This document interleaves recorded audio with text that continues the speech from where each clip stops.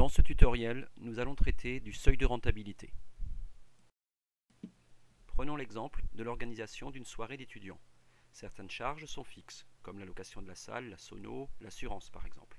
D'autres sont variables en fonction du nombre d'étudiants qui viendront à la soirée, les boissons par exemple.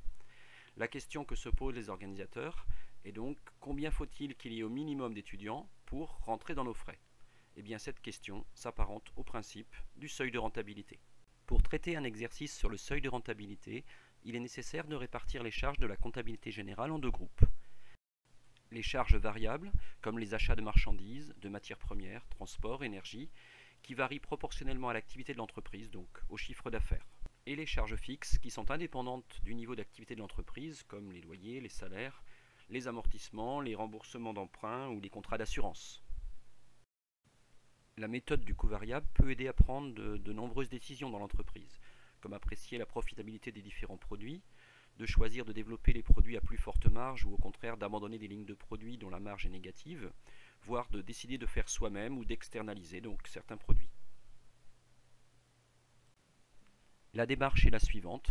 Tout d'abord l'identification des coûts variables et des coûts fixes, puis le calcul de la marge sur coût variable, ensuite le calcul du taux de marge sur coût variable par rapport au chiffre d'affaires. Le seuil de rentabilité pourra lui être exprimé soit en valeur, en volume ou à une date qu'on appelle donc le point mort. Il est nécessaire de reporter les données du sujet dans un tableau nommé compte de résultat différentiel. Ce tableau part du chiffre d'affaires, exemple ici 2400, auquel on retire les charges variables, 720. Par soustraction, on obtient donc la marge sur coût variable, ici 1680. On déduit ensuite les charges fixes, exemple 1200, et on obtient le résultat qui a été ici de 480. L'étape suivante consiste à exprimer la marge sur coût variable en pourcentage du chiffre d'affaires, donc 1680 divisé par 2400 égale ici 70%. Dans cet exemple, l'entreprise a réalisé un bénéfice de 480. Or, nous recherchons le chiffre d'affaires qui permettrait de couvrir exactement ces charges sans faire de bénéfice, sans faire de perte. C'est le principe du seuil de rentabilité. Le seuil de rentabilité est donc un certain chiffre d'affaires que l'entreprise doit réaliser pour couvrir toutes ses charges. Ainsi, on peut dire qu'au seuil de rentabilité, l'entreprise ne dégage ni perte ni profit. Le résultat est donc égal à zéro. On peut l'exprimer d'une autre façon, cela revient à dire que le chiffre d'affaires, moins les charges variables, moins les charges fixes, égale 0. Ou encore que la marge sur coût variable est exactement égale aux charges fixes. On peut représenter le concept de seuil de rentabilité de cette façon. D'abord le chiffre d'affaires hors taxe, auquel on va soustraire les charges variables, puis les charges fixes, pour obtenir le résultat de l'exercice.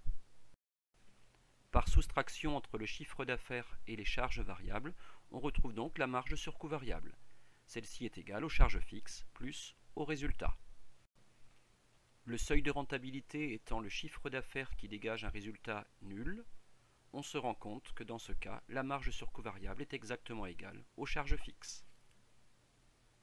Comment retrouver le chiffre d'affaires du seuil de rentabilité? On sait que la marge sur coût variable est égale à 70% du chiffre d'affaires et que les charges sont fixes à hauteur de 1200.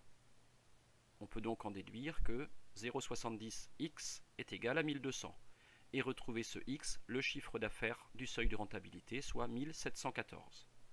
En fait, il faut mémoriser la formule. Le seuil de rentabilité est égal aux charges fixes divisé par le taux de marge sur coût variable, ici 0,70. Cette valeur signifie que l'entreprise doit réaliser un chiffre d'affaires minimum de 1714 pour être rentable. C'est son seuil de rentabilité.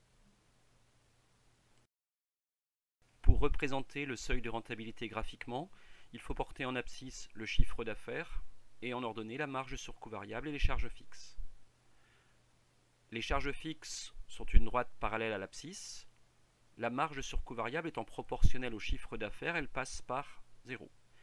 L'intersection entre les deux droites, marge sur coût variable et charges fixes, donne le seuil de rentabilité. Un CA inférieur à 1714 traduit des pertes pour l'entreprise. Au-delà de 1714, l'entreprise est bénéficiaire. Il est maintenant intéressant de rechercher la date à laquelle le seuil de rentabilité sera atteint. C'est ce qu'on appelle le point mort.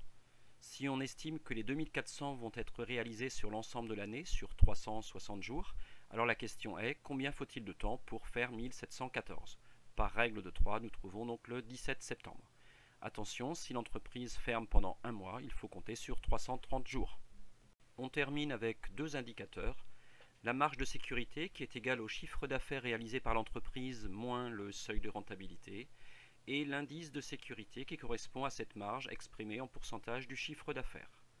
Plus l'indice de sécurité est élevé, plus l'entreprise dispose d'une marge importante, permettant de pallier des problèmes de livraison, de panne sur les machines, de grève éventuellement.